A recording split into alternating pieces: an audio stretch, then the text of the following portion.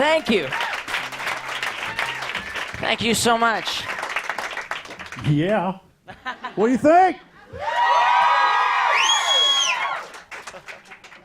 Let me ask first, fans of yours, do they have a collective name? Because we were trying to come up with one out here beforehand. I've seen on Twitter the most. I've seen Haniacs. Haney, okay. All right, Which is we can pretty work with great. that. Haniacs in the room, let's hear some noise, all right? I love it. I've heard a lot of other things. We'll stick with that. Hunter, I put you in to my Bing search engine this morning, and we'd be here all day. Oh dear. But some of the neat things that I thought that, and I had to write them down. I don't think there's a musical instrument you can't play. Oh, there's a couple. Just I've tried. There's more. There's way more than a couple, but there's a couple that I'm willing to admit. And they are. And they are the ones I don't want to admit are the ones that do. Yeah. No, I tried for years to play the fiddle, the violin, and failed miserably. Really? Oh my gosh, yeah. I mean, even beyond like the sort of 6 months of like playing in your room so that nobody can hear because it's obviously gonna suck. Like beyond even that, it was a whole nother year of just like I can't get this. I can't do it.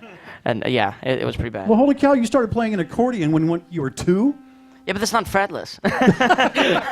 No, and the musicians in the room laughed. I started playing accordion because I'm from Louisiana. I started kind of messing around with things in the room, I don't know, turning things into like virtual instruments. I don't know, invisible instruments, right? The air guitar, things like that. Taking straws and making fiddles out of them. Obviously, that didn't work out.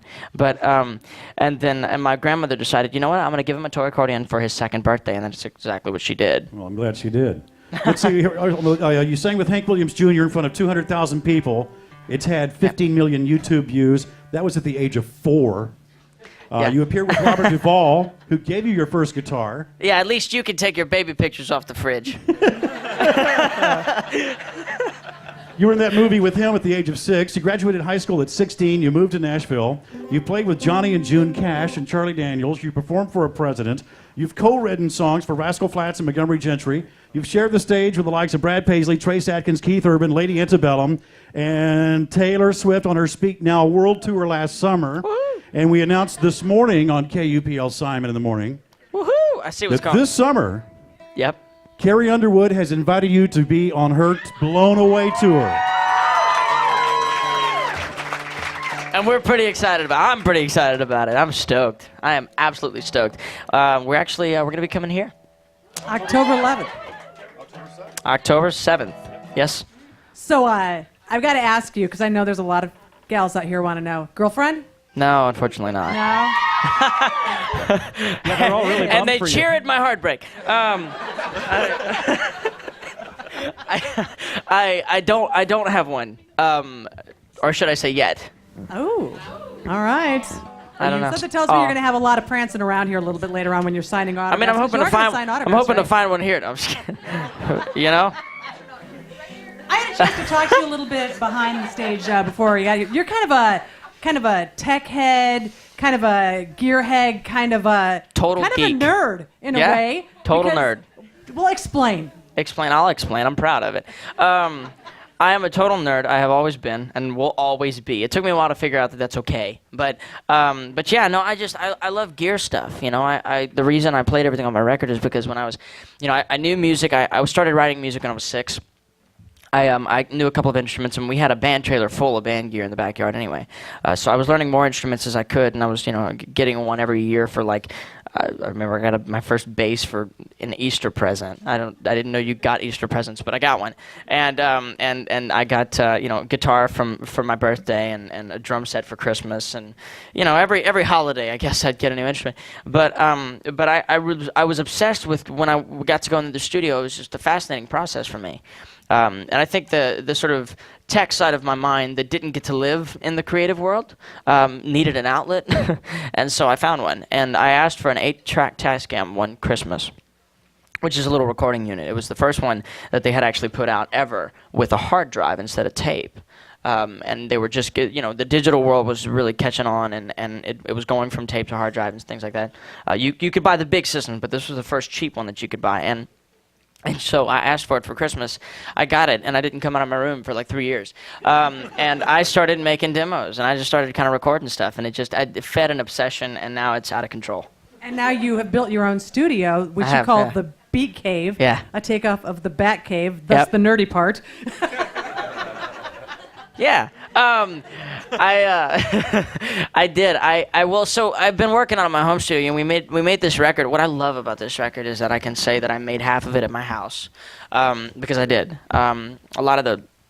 Some of the stuff you'll hear on the record is actually from demos that I made, just demos I did by myself in my room.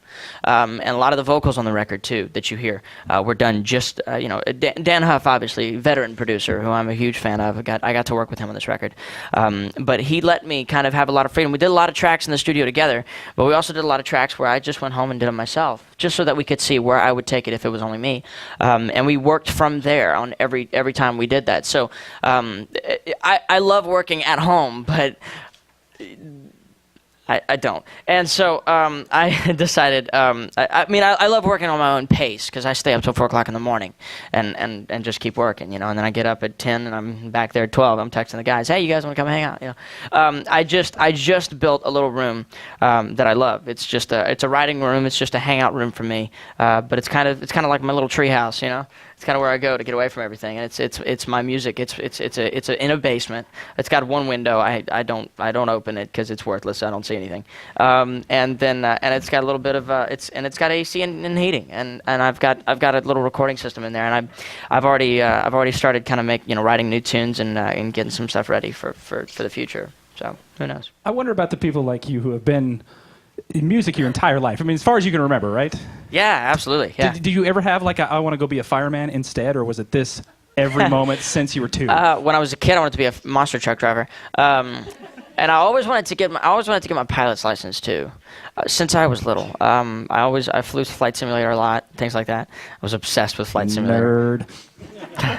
Me too. I'm not, I'm not judging. I'm just saying. Yeah, own up to it. No, but yeah, no. I just, I definitely, I've always wanted to get a pilot's license since I was in middle school. In fact, I was trying to figure out a way to do it then. But yeah, I'm obsessed with cars too. So there's always that. Yeah, there's. I don't know. Yeah. Did you ever have a real tree house? Is my other question. No. Yeah. See. No, you we have to never build had one now that has. We never music had in it. any trees in our backyard, actually. We just had a backyard without trees. So. One more question, Hunter. We'll let you play Yeah? some more songs. Okay. 20 years old. You've been on stage with legendary people like Johnny Cash. Mm-hmm. What did you take away from them?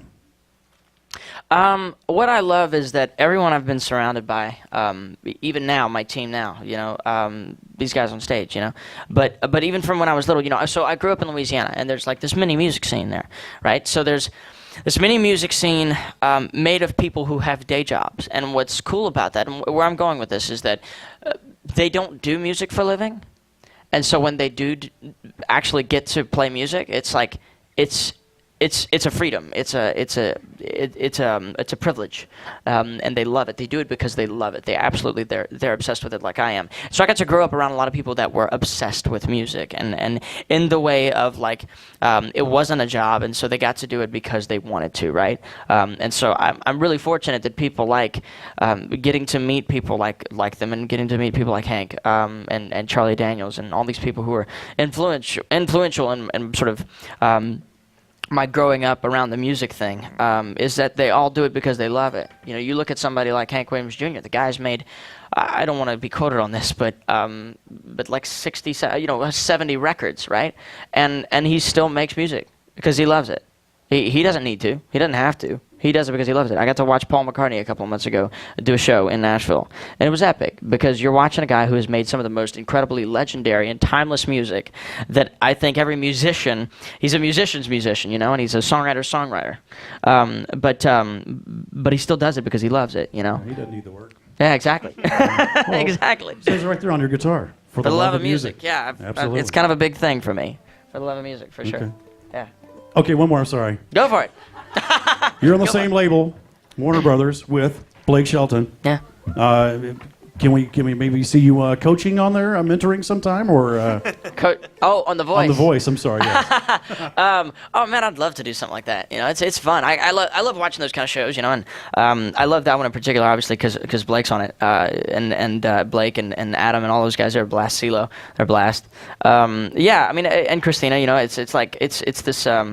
Yeah, it's this thing. It's like, I don't know. I love working with other artists too. I've done a couple of records for a couple of other like friends of mine and stuff like that. I love doing stuff like that because it's kind of an outlet. It's a way for me to learn something on somebody else's clock. But no, it's great to get out of my own headspace for a little while, you know, and experiment with other point of views. You know, I don't see anything like that in your schedule for the very foreseeable future. You're going to Me be either. quite busy, and we're happy about that. You want to hear some more? Wicked. Ladies and gentlemen, your Studio 987 KUPL welcomes Hunter Hayes.